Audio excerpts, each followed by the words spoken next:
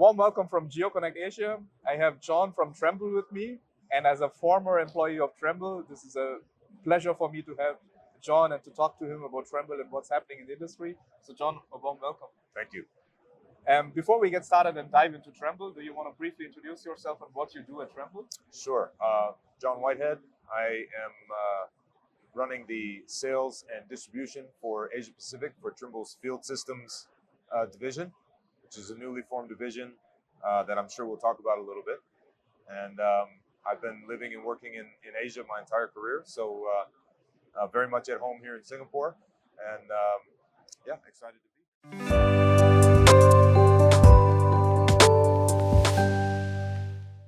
No, we actually recently reorganized a little bit, so we're basically organized around focusing on what's happening in the field, and then what's happening at the enterprise level. And so that's how we've restructured.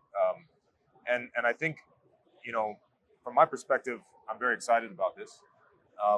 One of the biggest reasons is that having lived in Asia and worked in Asia for so long, you recognize that the structure of the market is slightly different than other parts of the world, wherein you have fairly large construction conglomerates in a lot of the markets that are doing everything A to Z all the way through, from your very preliminary geospatial work all the way through to construction, all the way through asset management. And so, there are all the way from planning and design to owning and operating assets, and the entire continuum sometimes is inside of a structure in some of these markets that it fits better if you're able to go in and talk to a customer about the entire workflow across that continuum.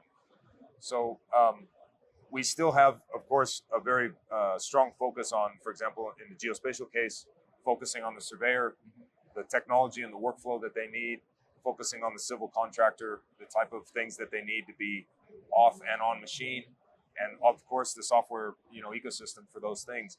But we found a way in the go-to-market to combine these things so that we can go in and talk to them about the entire continuum.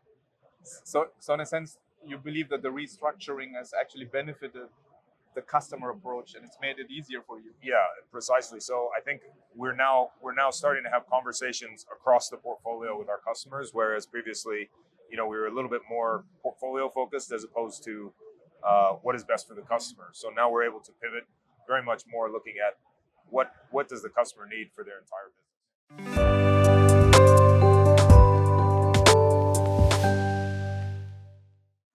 I always tell my counterparts in the other parts of the world, the thing that's interesting about Asia Pacific is there is no one single market that is dominant. China is very big, Australia is very big, India is very big, Japan is very big.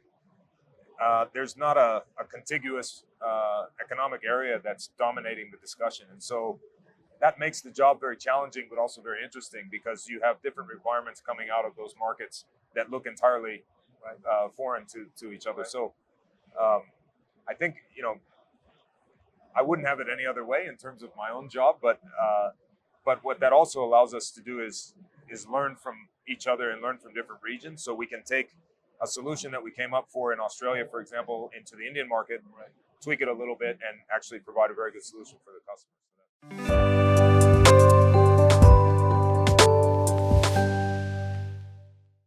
When it comes to sort of the size of the business as it is today, obviously the North American market or parts of Western Europe would be quite big. But the thing that we're seeing in Asia is, in particular, developing Asia, is there's this leapfrogging thing going on, whereby, you don't have to recreate the wheel in every single market. And so right now, for example, I think, markets like India, Indonesia, they're benefiting from being late to the game.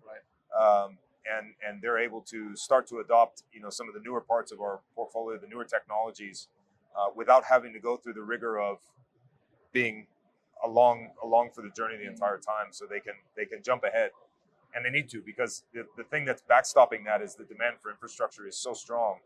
The backlog for good infrastructure is so big that there's definitely money behind it, but it's the speed at which they can actually build, which is their limitation. And labor alone, just throwing people at the problem, is not doing that, right? So technology is really helping in those markets. a lot of people think that labor productivity being low, they wouldn't be technology adopters, but it's actually quite the opposite. They're interested in moving faster using technology. So I'm of course encouraged by that, and I think those are some of the markets that we're looking at as being kind of at least from a growth perspective, growth percentage, right? It's moving very quickly.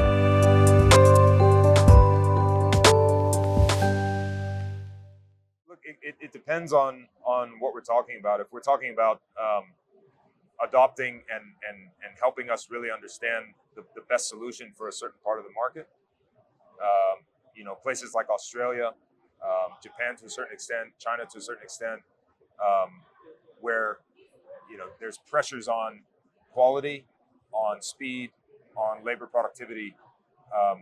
Those places excite me. But if you're talking about growing a market from scratch and not really having anything and then building on it, places like India are very exciting.